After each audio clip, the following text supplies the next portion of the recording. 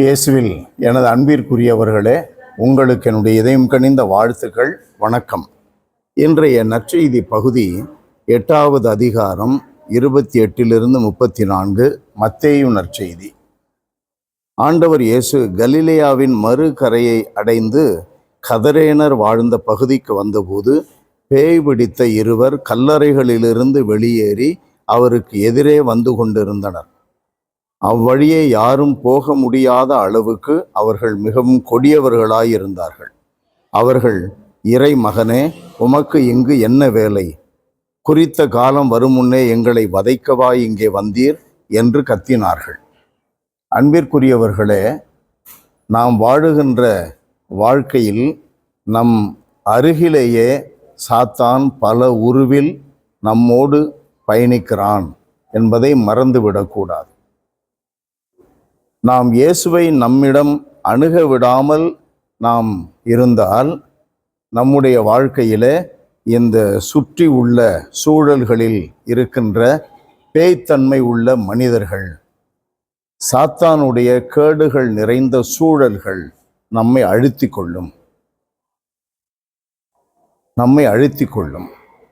அதைத்தான் பேய் பிடித்தவர்கள் என்று சொல்லுகிறார்களே, கூட்டங்களில் ஆட்டம் போடுகிறார்கள், பல்லை இழித்து கொண்டு கீழே விழுகிறார்கள். இவைகளெல்லாம் பேய் பிடித்தவர்கள் என்று சொல்லுகிறார்களே. பேய் பிடிப்பது 100ல் 1, 1000ல் 1 தான். ஆனால் உண்மையான நாம் காணுகின்ற பேய் பிடிப்பது என்பது எது? suppressed feelings coming out, ventilating the suppressed feelings outside, ventilation.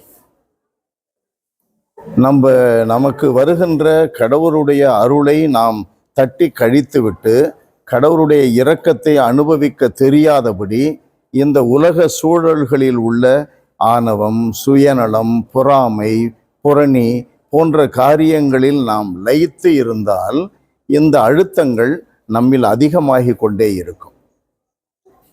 இவைகளைத்தான் நம்மை அறியாமலேயே தீய ஆவி என்று அழைக்கிறோம்.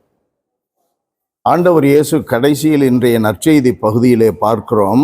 ஆண்டவர் இயேசு அந்த பேய்களிடம், பேய் பிடித்த மனிதர்களை பார்த்து, அந்த பன்றி கூட்டத்திற்குள் போங்கள் என்றார்.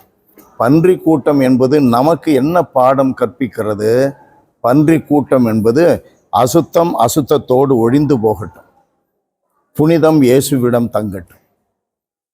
அன்பானவர்களே, நாம் எவ்வளவு பரிசுத்தரான கடவுள்! நாம் பேதுரு எழுதிய முதல் திருமுகத்தில் 1 அதிகாரம் 19வது வார்த்தையிலே வாசிக்கிறோம், நம்மை அழைத்தவர் பரிசுத்தராக இருக்கிறார், நாமும் பரிசுத்தராக வாழ வேண்டும்.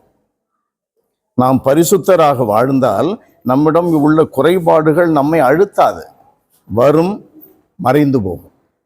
எல்லாம் வல்ல இறைவா, உம்மை போற்றி புகழுகிறோம்.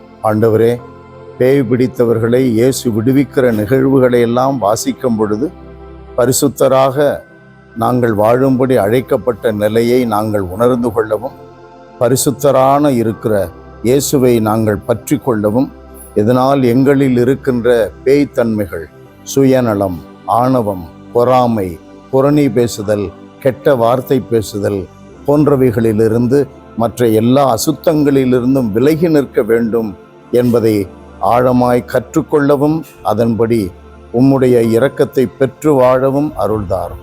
இயேசுவின் பெயரால் மன்றாடி கேட்கிறோம், உயிருள்ள எங்கள் நல்ல தந்தையே. ஆமென், ஆமென்.